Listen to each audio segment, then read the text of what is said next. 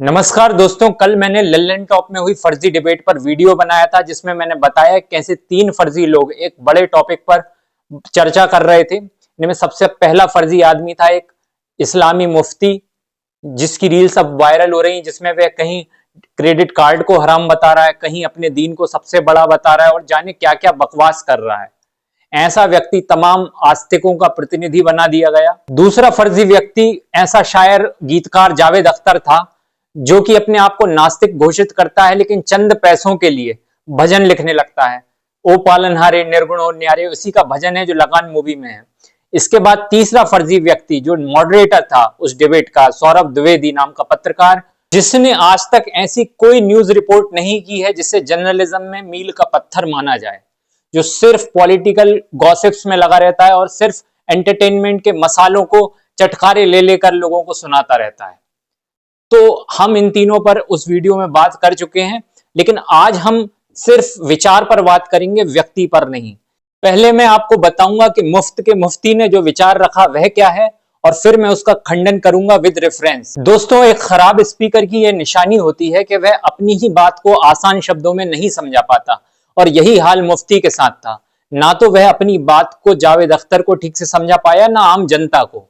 बस उसने एक वर्बल जार्गन क्रिएट किया, शाब्दिक जाल बनाया, ताकि उसकी बात किसी को समझ में ना आए और उसकी बात को काटा ना जा सके।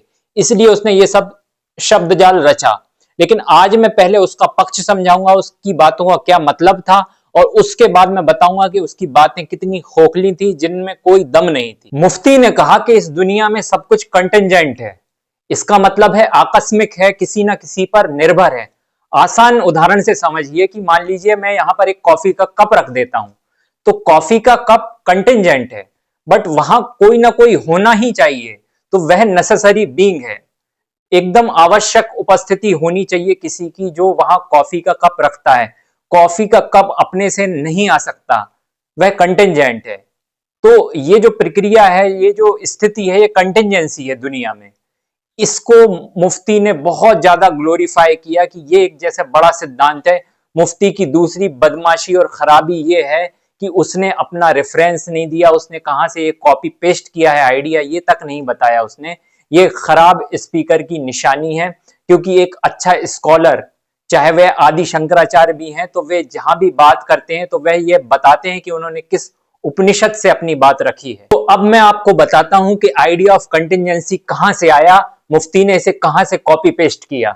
दोस्तों, ये कोई इस्लामी विचार नहीं है।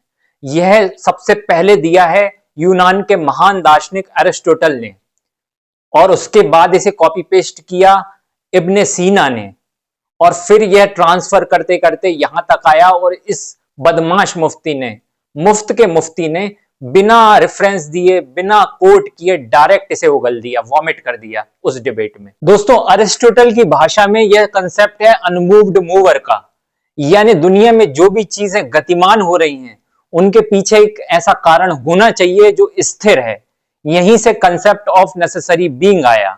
इसको बाद में इब्ने सीना ने अपनी भाषा में कहा कि मुमकिन उल वजूद, यानी कंटिजेंट बीइंग, ऐसी चीज जिसका होना ना होना पॉसिबल है।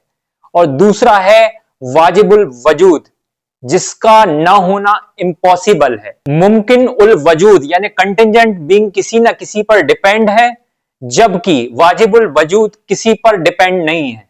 एरिस्टोटल के अनमूव्ड मूवर के सिद्धांत से बात होती होती जब इब्ने सीना और फिर अल गजाली तक आई, तो उसने यहां इनफाइनाइट रिग्रेस की थ्योरी दी, जिसे इस मुफ्ती ने दोहराया था। मतलब ये जो चेन चल रही है घटनाओं की, इसको कहीं ना कहीं रुकना चाहिए, ये इनफाइनाइट तक नहीं जाना चाहिए। यानी कहीं ना कहीं एक नेसेसरी बीइंग आ जाना चाहिए जहां ये एंडलेस चेन ऑफ इंसिडेंट्स रुक जाए। दोस्तों, अभी तक आपने मुफ्ती का विचार यानी ओरिजिनली अरस्तू का विचार समझा, तो अब मैं मुफ्त के मुफ्तियों और उनके चेले चपाटियों से ये कहना चाहूंगा कि तुमने कंटिजेंसी तो कॉपी पेस्ट कर लिया अरस्तू से, लेकिन कम से कम क्वांटम इनडिटर्मिनेसी तो पढ़ लेते। अब आप ये कहोगे ये क्या बला है।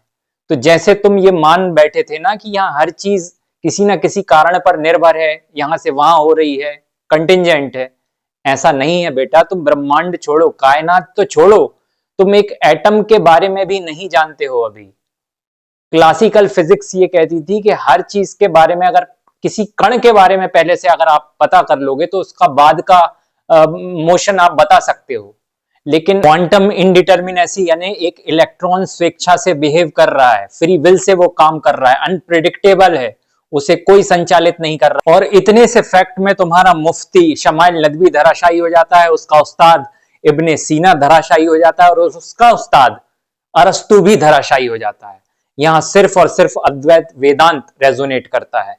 और नदवी की दलील की सबसे बड़ी कमजोरी एक ये भी है कि अगर नेसेसरी बीइंग तुम्हें मानना ही है, तो जैसे तुमने अपने खुदा को नेसेसरी बीइंग मान लिया, तो इस जगत को, इस एग्जिस्टेंस को भी नेसेसरी बीइंग माना जा सकता था। लेकिन नहीं, तुमको अपना ग्रंथ थोपना है पूरी दुनिया पर, इसलिए तुम अपने खुदा को ही नेसेसरी बीइंग मानोगे। अगर इनफाइनाइट रिग्रेस से बचने के लिए ही तुम मान रहे हो कि कोई ऐसी चीज चाहिए, कोई ऐसा खुदा चाहिए जो बिना किसी कारण के है, जिसके पीछे कोई कारण नहीं है, तो इस दुनिया को ही मान लो बिना किसी कारण के। इसे भी तो माना जा सकता है ना कि ये बिना किसी कारण से है, इसमें क्या दिक्कत है? तो नए खुदा तलाशने की क्या जरूरत पड़ गई आपको? और अगर एक पल के लिए मान भी लिया जाए कि ब्रह्मांड के पीछे कोई कारण है, तो वह कुरान का ही अल्लाह है, यह किसी तर्क से सिद्ध नहीं किया जा सकता। और दोस्तों, मुफ्ती के साथ प्रॉब्लम यह है कि वह सिर्फ अजम्पशंस दे रहा है।